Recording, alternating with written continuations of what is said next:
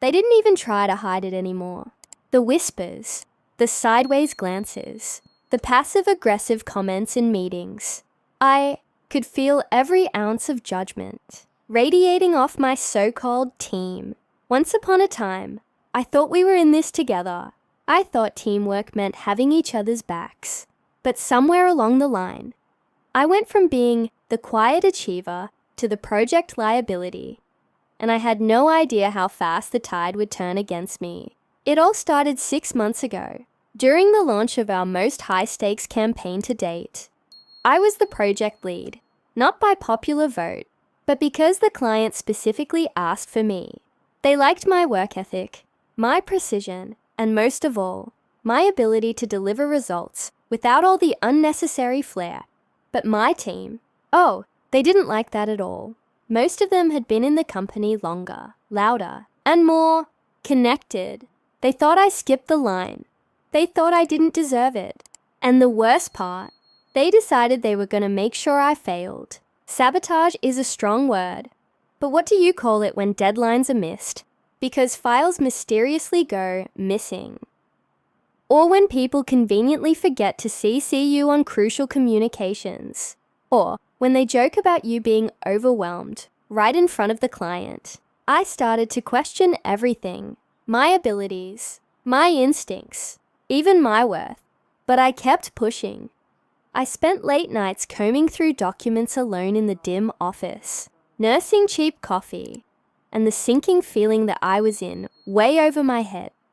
I started double-checking every detail, backing up files in triplicate, and keeping a journal of every exchange, every comment, every action, just in case, because a part of me knew they were setting me up for the fall. One day, a crucial creative presentation was scheduled. I had worked tirelessly on it, pulling together client feedback, data analytics, and competitor research. I rehearsed every slide, every transition, every key takeaway. The morning of, I walked into the conference room early, only to find my presentation swapped out with something else entirely. A version I didn't approve, an outdated deck with errors, typos, and outdated numbers. My name was still on it though. I stood there stunned, holding the USB with the real presentation in my hand, and watched as one of my teammates, Derek, smiled and said, "Didn't think you'd make it in time. We had to improvise." He knew what he'd done. They all did. I scrambled, tried to redirect the meeting, explain the mix-up, but the client looked disappointed, not angry, not hostile, just tired. Like they had expected this, and that look pierced deeper than any insult. After the meeting, my manager pulled me aside. "Look," he said, folding his arms, "you've got potential, but maybe you're not ready for this level of responsibility. Maybe it's time to step back and let someone more team-oriented take the lead." Team-oriented, as in someone who fits the clique, someone who doesn't make waves or challenge groupthink. Someone who plays along. That wasn't me. I didn't fight it. I nodded, thanked him, and quietly went back to my desk. Every muscle in my body tense with humiliation. My team didn't even try to hide their smugness. A few even clapped, sarcastically of course. I was out, and they had won. Or so they thought. Because what they didn't know was that the client hadn't given up on me. Not even close. 2 weeks passed. I kept my head down, working on smaller tasks, trying not to draw attention. But one afternoon, my phone buzzed. It was a message from the client's executive assistant. "Can you meet privately at your earliest convenience?" It read. My heart skipped. I replied instantly, and we arranged a meeting the next day. I arrived at the client's office, not knowing what to expect. Had they found more mistakes? Were they ending the contract entirely?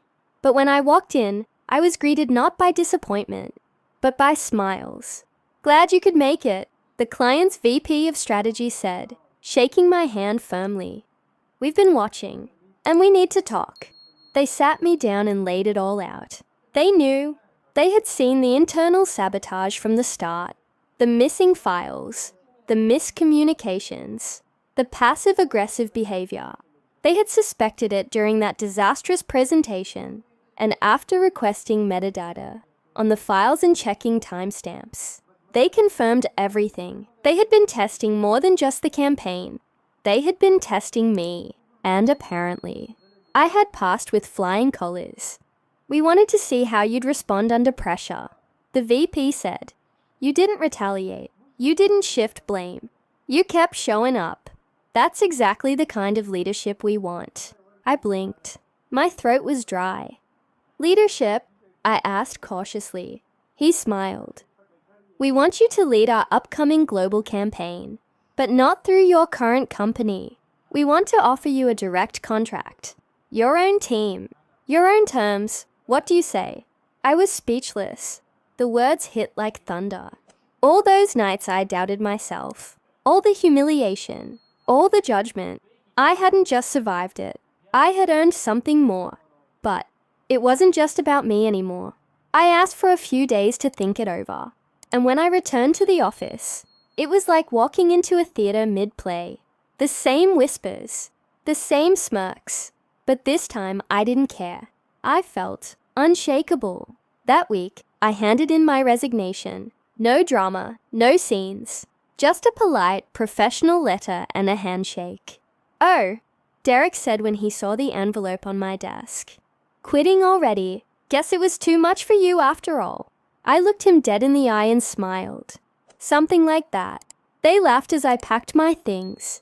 Literally laughed.